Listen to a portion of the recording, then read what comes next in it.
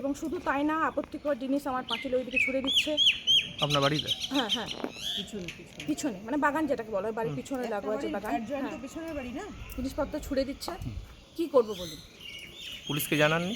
পুলিশকে জানানো হয়েছে, কিন্তু প্রশাসনে কোনো হেলদোল নেই, কোনো কেউ কিছু কোনো অ্যাকশন নিচ্ছে না। কোনো মহিলা ঘটিত কারবার চলে? একদম 100%, এটা কি বলার অপেক্ষা রাখে না। সমাজ বিরোধী কাজ। সমাজ বিরোধী, ভেতরে আমরা জানছি মহিলা গঠিত, মানে আমরা দেখে মানে বোঝাই যাচ্ছে এটা মহিলা গঠিত কাজ।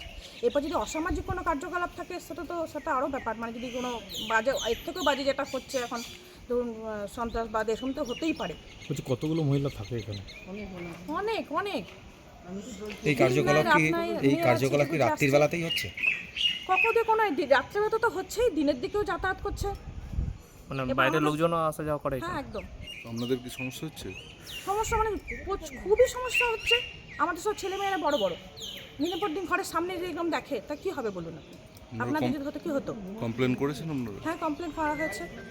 কি চাইছেন এখন আপনারা? আমরা চাইছি আমরা এখানে যেমন স্টিলের এমপ্লয়িরা সব সুস্থভাবে যেমন থাকি, আমাদের একটা কালচার সংস্কৃতি বজায় রেখে চলি, সেরকমই যেন ঠিকঠাক মতো যেমন আরও সব লোকেরা রয়েছে। ভাড়া তো অনেকেই দিয়েছে, কিন্তু এরকম তো পরিস্থিতির কাউকে সম্মুখীন হতে হয়নি। কি রাত হলেই কি উচ্ছৃঙ্খল হ্যাঁ জীবনযাপন? হ্যাঁ হ্যাঁ, গালিগালাজি চলে, বেশ কিছু লোক হয় ঢুকছে, চিৎকার চেঁচামেচি, গালিগালাজ তো হামেশাই চলে।